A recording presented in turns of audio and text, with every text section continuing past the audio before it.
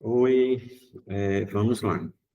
Vamos para o nosso módulo 3 do o nosso curso de monitoria educacional, tá? Como eu avisei para vocês, eu não tive condição de terminar o curso em tempo previsto, tá? Então, eu vou fazer esse módulo e esse módulo vai ficar gravado no site para que vocês possam participar da nossa aula. O módulo 3 é a monitoria na educação especial, tá? E o que seria a educação especial? Nós temos uma grande demanda de pessoas com deficiência, que hoje a gente chama eles de PCDs, certo? E vários processos de deficiências que, inclusive, nós fazemos parte de um organismo educacional que produz um processo chamado inclusão, certo? E eu queria falar bem com vocês sobre a educação especial versus inclusão. Aí, o que seria esse processo da inclusão? A gente tem essa demanda, é uma demanda real, certo? Uma demanda real que já existia antes da pandemia e depois da pandemia, essa demanda se agravou e aumentou nas escolas. Antes da pandemia, nós não identificávamos os PCDs de uma forma tão complexa como hoje é identificado, com laudo, com situações sem laudo, com laudo sem laudos, né? Que a gente observa dentro das escolas. E as escolas hoje têm esse cuidado de estar prestando atenção em cada aluno que convive dentro da escola. É tanto que as escolas hoje de educação infantil e fundamental, elas têm um diagnóstico do aluno e esse diagnóstico ele é preenchido pelo professor regente, ou seja, o professor de dentro de sala de aula, que é o professor que convive diretamente com essas crianças. Sendo que, hoje, nós temos o papel do monitor também dentro desse processo. Se nós antes falamos do monitor no ensino regular, com crianças tidas como normais, nós não podemos deixar de colocar também esse processo das crianças especiais, ou dos PCDs, no caso aqui, como a gente está falando, e dando essa nomenclatura. Então, a educação especial versus educação inclusiva. Primeiro, a gente vai ver o processo da educação inclusiva. Eu sempre digo, né, que a gente está muito aquém desse processo de incluir, né? A gente inclui excluindo. Por que eu digo isso? Porque quando a gente faz um processo de inclusão, nós fazemos um processo de inclusão voltada a uma normalidade daquele que é incluído. Ou seja, a criança vai entrar no processo educacional, ele vai estar com os colegas, ele vai fazer as atividades que os colegas fazem, ele vai estar tentando entrar no mesmo processo dos colegas. Porém, isso é uma situação progressiva, né? A gente tem esse processo progressivo da criança dentro de sala de aula.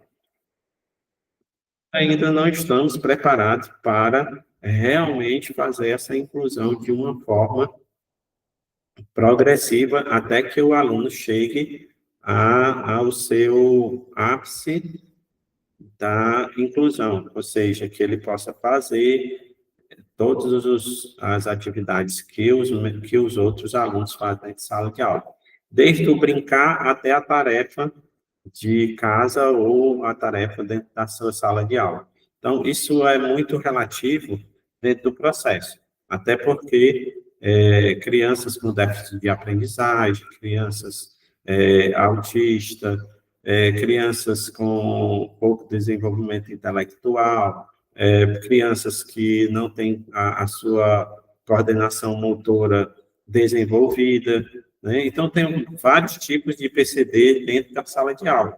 E por ter esses tipos de PCDs, é que nós nos preocupamos quanto ao processo da monitoria.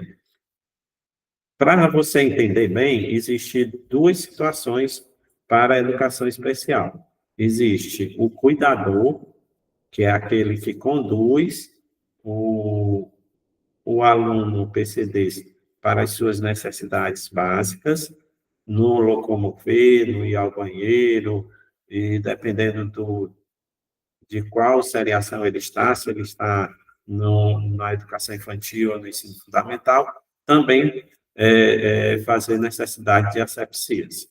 Então, o que é que acontece? A gente tem uma grande preocupação. Por quê? Porque já tem esse profissional cuidador. E dentro da escola, temos também o monitor. E o que é que o monitor vai fazer dentro desse processo? Se, por acaso, a professora resolver mandar aluno especial para um processo de monitoria, ou seja, para um reforço, para que você possa ajudá-lo. Então, essa é a grande preocupação desse módulo, é saber se você realmente tem capacidade ou fazer com que você tenha essa capacidade de estar dando a monitoria dentro dessa educação especial. Mas, para isso, a gente tem que entender os dois viés que eu falei agora há pouco.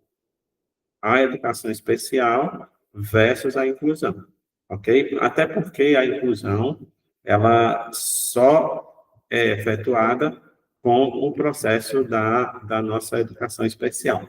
Então, o que é que acontece? A educação inclusiva, primeiro, que a gente vai falar, ela implica em algumas situações, como, por exemplo, respeitar as características e o interesse e as motivações e os projetos de vida de cada criança, né? Então, esse processo de respeitar as características, os interesses, as motivações e os projetos de vida de cada criança é um dos pilares para a inclusão. Então, esse respeito é muito interessante, por quê? Porque o monitor, tanto o monitor como o professor regente, como a direção da escola, ele tem que ver a vida social da criança. Essa criança vem de uma vida social ajustada, é uma coisa. Ela vem de uma família, de uma situação social desajustada, coisa. Até porque o grau de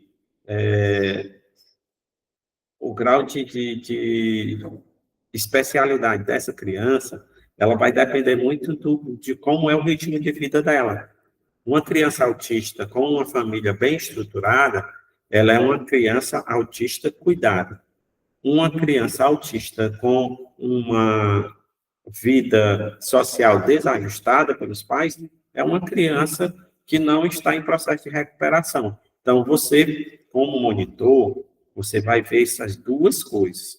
Tanto a criança ajustada socialmente, como a criança desajustada socialmente. E isso é uma grande preocupação da educação. Por quê? Porque a criança chega, uma criança autista, né, pegando o exemplo da criança autista, quando ela está numa família ajustada, ela chega bem na escola, ela chega comportada na escola, ela não é agressiva. Por quê? Porque ela vem de um ajuste familiar. Quando é uma família desajustada, então o que é que acontece? Essa família desajustada, elas não têm competência suficiente para gerir aquela criança com autismo, tá? Só para você entender, eu vou dar um adendo aqui, que hoje a nossa aula, embora que ela está sendo gravada, mas nós temos alunos convidados dentro da sala de aula. Hoje eu estou com eles, não aqui no Google Meet, mas eu estou com eles aqui dentro da sala de aula, que são cursistas do nosso curso de monitoria, que eu estou fazendo o terceiro módulo, gravar para vocês assistirem futuramente, certo? Então, o que é que acontece? Essa inclusão versus a educação especial tem todo esse detalhe, certo? Detalhe que vocês devem compreender, devem entender, para que vocês possam, um dia, quando vocês estiverem em sala de aula, quando vocês estiverem com esse desafio, reconhecer esse processo social. Então, uma das primeiras coisas é respeitar isso. Mas o que é respeitar, professor? Respeitar da seguinte forma: sabendo que, por mais que ele esteja numa família desajustada socialmente, mas você vai ter que tratar essa mesma criança do mesmo jeito que essa criança, que a outra criança de uma família ajustada chegou, tá? Ah, professor, mas essa criança, ela chega totalmente alterada por conta da vida social dela. Tudo bem, porém, a gente, como educador, como apoio, né, se chegar a ter esses casos com você, como apoio, você vai ter que tratá-los da mesma forma. Então, é o que diz aqui o primeiro pilar: respeitar as características, os interesses, as motivações e os projetos de vida de cada criança. Sendo que as crianças especiais existem características. Vamos dar exemplo: uma criança surda-muda, né? A criança surda-muda, ela desenvolve a sua vida social, o seu projeto social é desenvolvido no tato, né? Certo? Ela desenvolve, por que que ela é desenvolvida no tato, gente? Ela é surda e muda ao mesmo tempo. Então, ela não vai conseguir falar e ela não vai ouvir, né? Então, ela vai ter o quê? Ela vai ter só as mãos e os gestos para poder ela se comunicar, para poder ela estar desenvolvendo o seu projeto de vida. E, professor, ela desenvolve normalmente o projeto de vida? Não vou dizer que ela desenvolve normalmente como nós, que somos supostamente normais, mas ela, na adaptação dela, essa pessoa, ela programa seu projeto de vida. E existem pessoas com essa situação de especialidades que são advogados.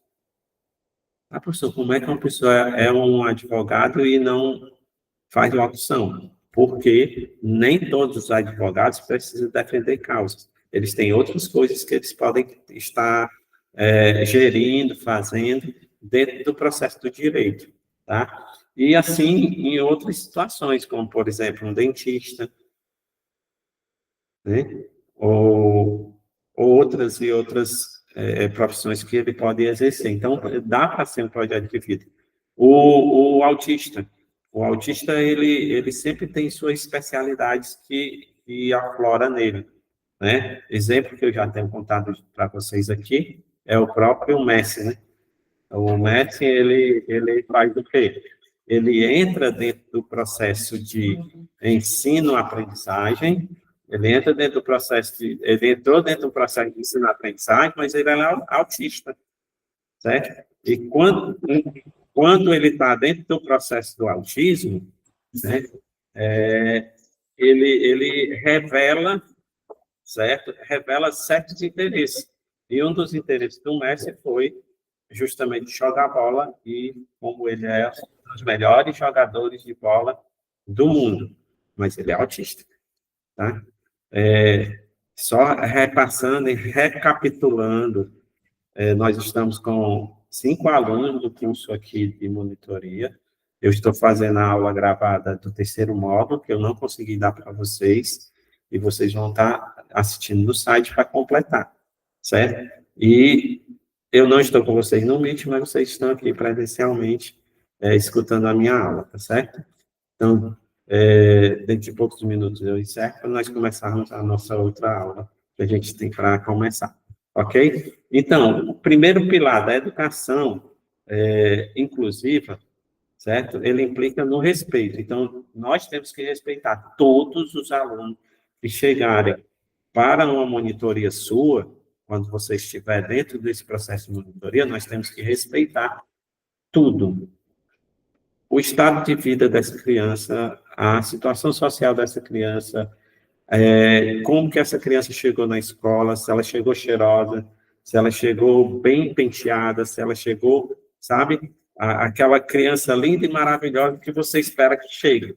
Mas se chegar uma criança que não seja desse mesmo jeito, ela chegar agressiva, gritando, chorando, suja, despenteada, com um cheiro não muito agradável, ela vai ser do mesmo jeito daquela criança que chegou limpinha, cheirosinha e tudo mais.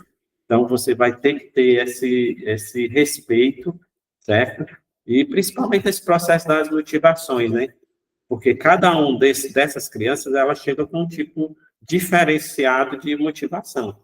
Ela chega com a motivação porque saiu, porque foi bem cuidada, porque tomou café da manhã, porque mamãe deu um cheiro, papai deu um beijo antes de sair para o trabalho, porque isso, porque aquilo. Tudo de bom nessa criança. A outra criança, ela já acordou apanhando, ela já acordou atrasada, ela já acordou, não dá tempo de tomar café também, não tem café, entendeu? Então, são realidades de vidas diferentes, mas que quando chegar na sua mão não pode ter diferença. Diferença nenhuma. Inclusive, essa parte da inclusão, ela não depende somente do projeto PCDs. Não é só os PCDs que você tem que ser incluído. É aquela criança que ela tem vergonha das coisas, não tem aquele menino mais quieto, mais recatado ali, que ele não tem laudo, ele não tem nenhuma... Ele é uma criança normal, porém, ele precisa também do processo de inclusão, certo? Hoje, a gente tem esse grande desafio, certo? O segundo ponto é que todas as crianças são únicas, com suas experiências, seus interesses, suas atitudes, e a escola é que tem que se adaptar às características deles. Engraçado, né? Antigamente, nós, alunos, teríamos que se adaptar ao processo da escola. Ou seja, você tem que ir fardado, você tem que ir meia branca, não pode estar sujo. Se você não vier desse jeito, você volta para casa. Agora, a escola tem que se adaptar às realidades.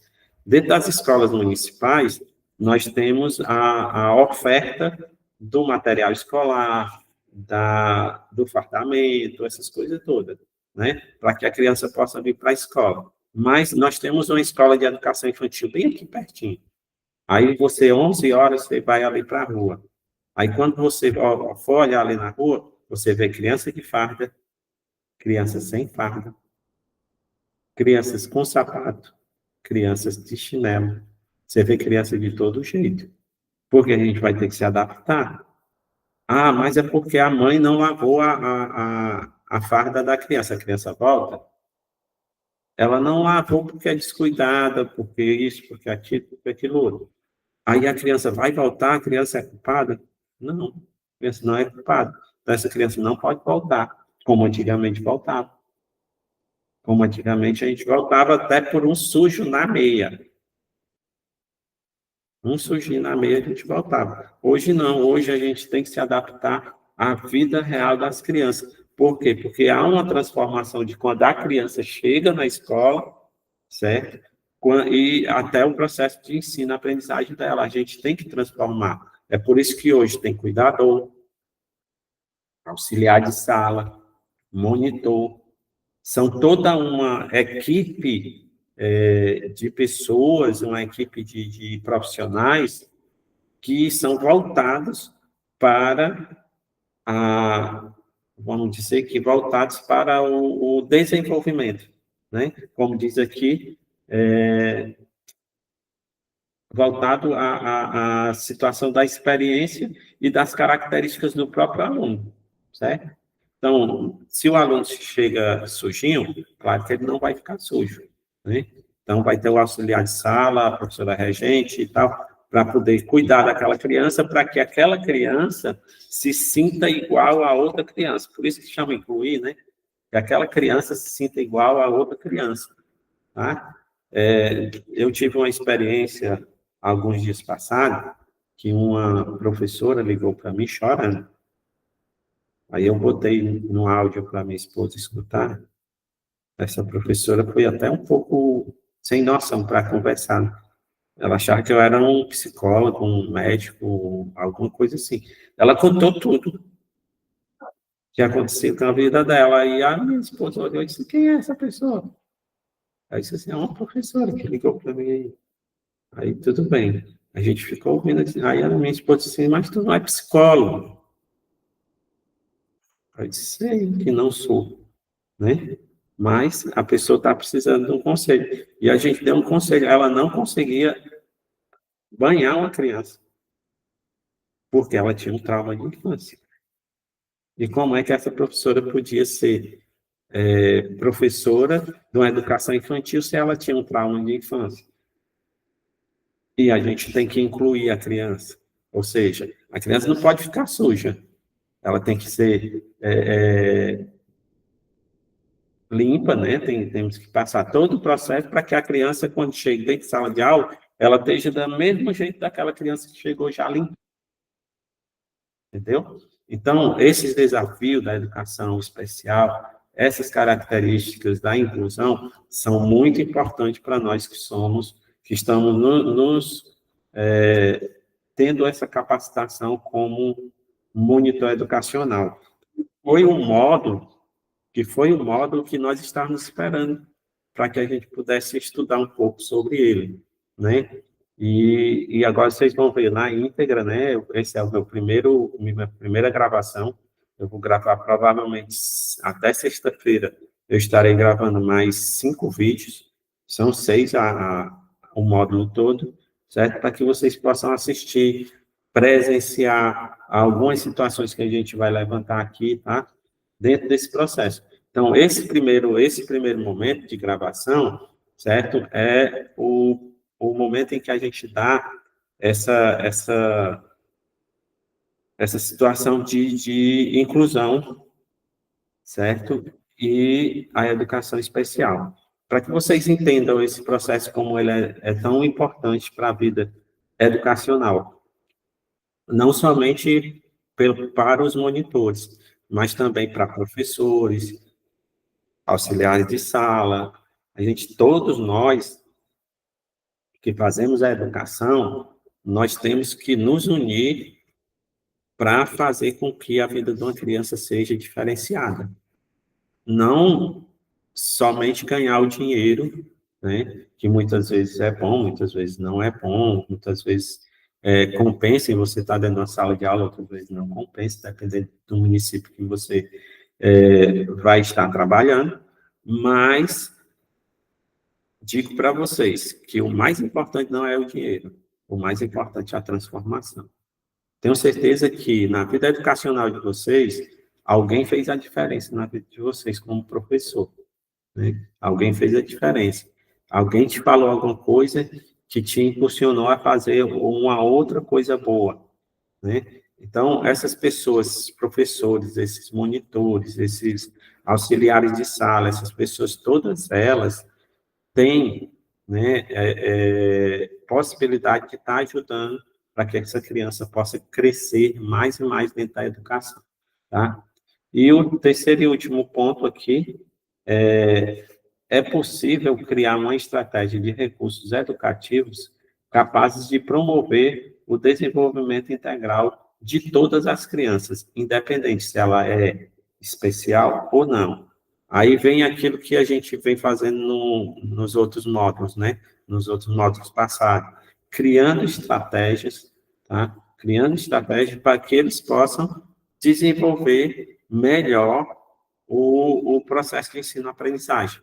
É tanto que, enquanto eu estava fazendo o curso de monitoria, esse curso que a gente está fazendo aqui, o terceiro módulo, eu desenvolvi outro curso, que é o que nós vamos começar a partir de hoje, dia 15, né? Vai ter aula inaugural. Então, eu desenvolvi, inclusive, por conta desse terceiro módulo, que seria o processo da educação especial, né? Aí a gente vai falar de musicalidade, a gente vai falar de instrumentos sensoriais, aqueles instrumentos que se toca, que se ouve,